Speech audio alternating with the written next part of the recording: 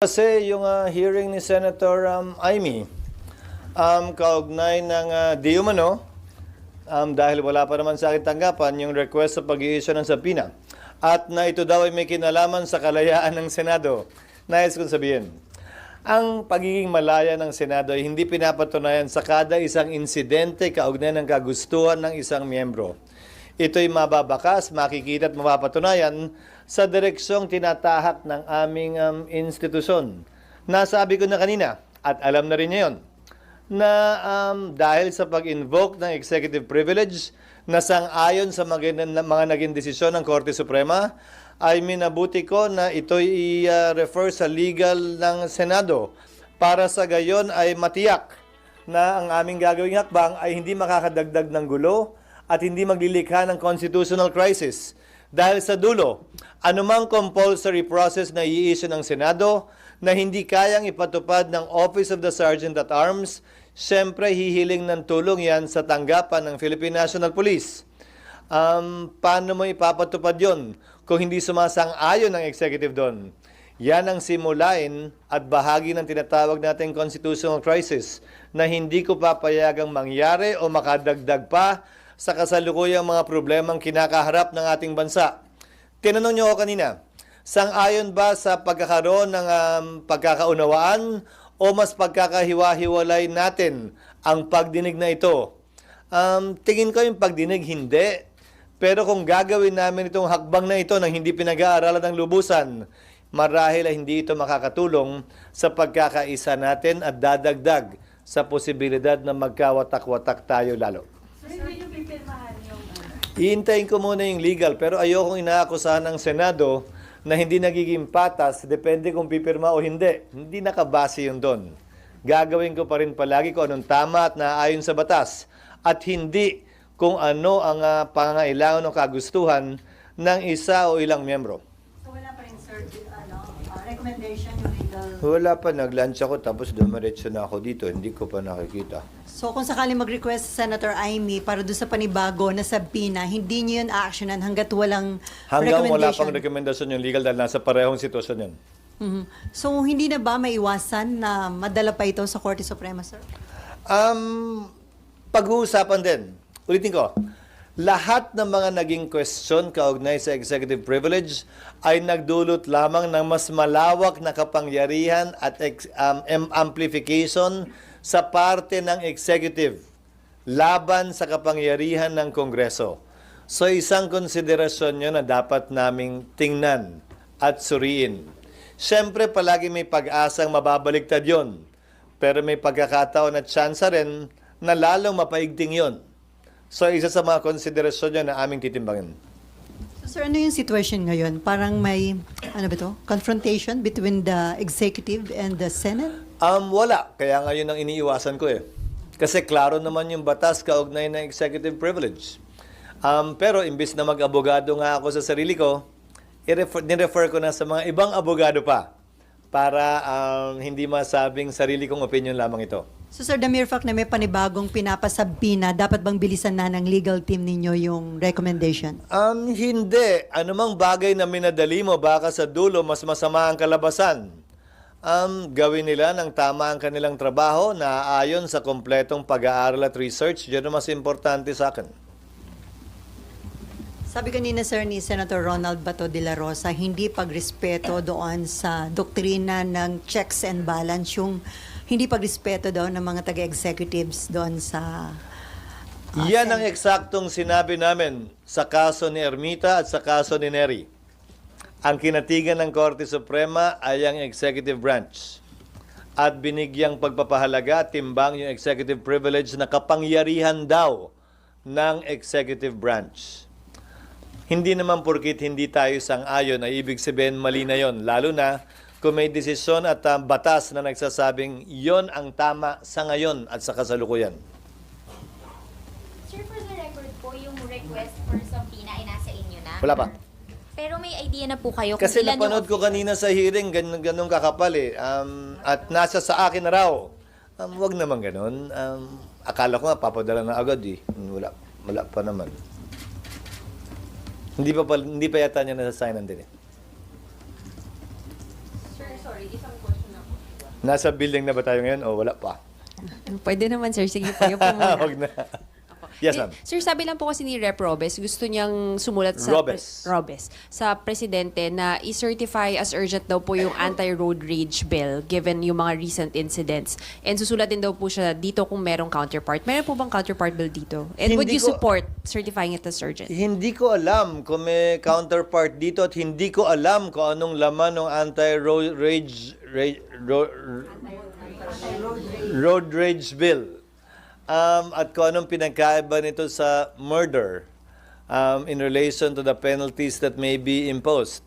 Dahil yung huling road rage incident sa Antipolo, sinampahan na ng kasong murder yung bumarel. So anong pinagkaiba ng road rage bill na ito?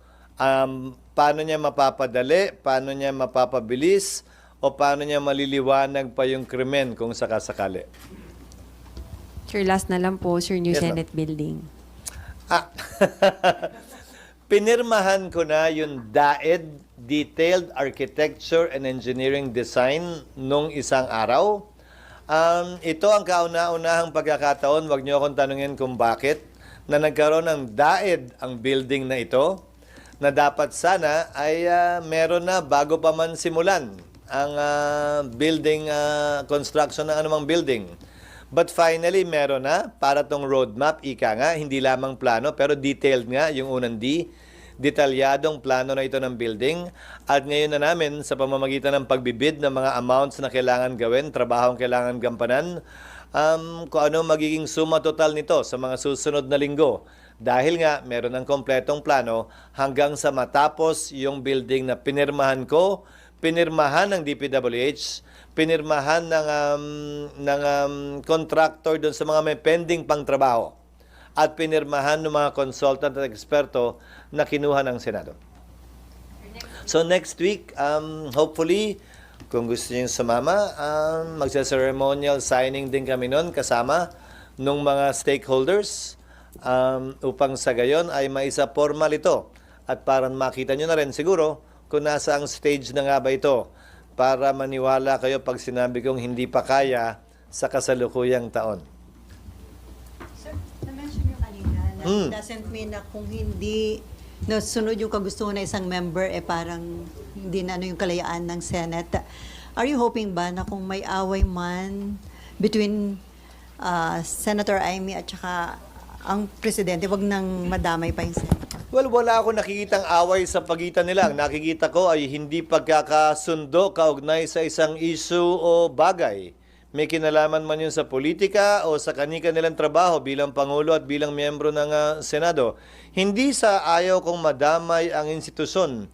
Pero bilang tagapangulo ng Senado, gagawin ko ang aking trabaho at gagampanan ko ng naaayon sa batas at naaayon sa tingin kong kinakailangan ng ating bansa at ng institusyong ito. Hindi depende sa kagustuhan lamang nagkataon ng isa o dalawang hearing o isa o dalawang miyembro ng Senado. Pero I will reach out to them in order to explain the legal situation with respect to the invocation of executive privilege, na hindi ito simpleng pagdadahilan lamang. Gaya ng sinabi ko sa inyo kanina, hindi ko tinatanggap din yung sub judice argument ni Executive Secretary Bersamin. Maliwanag ang mga desisyon ng Korte Suprema niyan. Hindi pwedeng pigilan ang pagdinig ng Senado o ng Kongreso for that matter dahil may pending case. Subalit, yung invocation ng executive privilege, yan ay naaayon sa batas. Magre-reach out, it means kakausapin mo sila, sir, sina Senator Amy.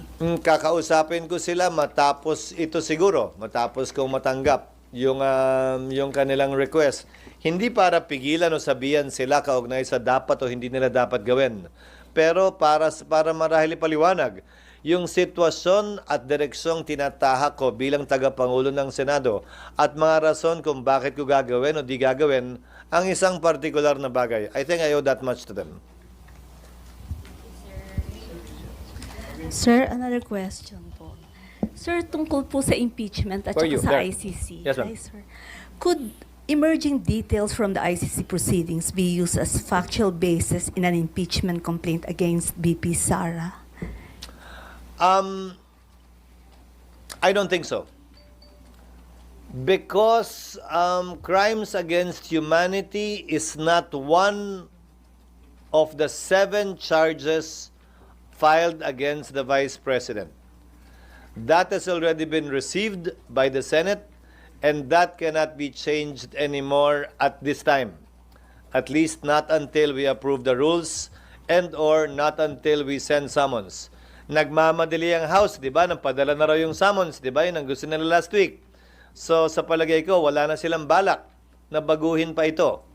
At hindi kasama ang crimes against humanity sa impeachment complaint laban sa ating Vice President. Sir, another question po. Yes, ma'am. If the ICC asks for the bank accounts of the Duterte in connection with the legal aid, is the government allowed to release it without violating the Philippine Bank Secrecy Law? I cannot answer that question really because I'm not familiar with it. Sa ilalim ng batas, exemption sa bank secrecy law ang corruption case. Pero hindi ko alam kung saklaw ng definisyon ng corruption case ang isang ICC case. At saka sa international humanitarian, sa IHL prohibition, parang hindi ata kasama sa aligasyon laban kay dating Pangulong Duterte ang corruption. So hindi ko alam kung anong maaaring posibleng rason para kunin at hilingin yon maliban sa aspeto ng civil liability. Pero darating lamang yon kapag sa'y napatunayang nagkasala na. Sir, follow-up lang dun sa tanong Yes, ma'am. ni ma'am. If I'm not mistaken, kasama sa articles yung high crimes for conspiracy to commit murder. In relation to VP Sara's alleged involvement in the DDS. So, Which charge? sa articles of impeachment, sir, Which one I think 5 or something like that. Nasa baba po, Alam high ko crimes in-allege nila yung other high crimes. I believe kasama po na yung alleged involvement daw sa DDS. Ah, really? Kasi so hindi ko pa nga nababasa yun. Nasa So- rules pa lang kami kasi. So, sir, Actually, nabasa ko na, hindi pa lang ganun kalalim pa. I don't know. Again, this case is totally different from that one. This is a case against the former president that's pending with ICC. So I don't see any reason how or why any evidence presented there would be relevant as against the vice president unless she herself would be one of the respondents in that case. Bye-bye.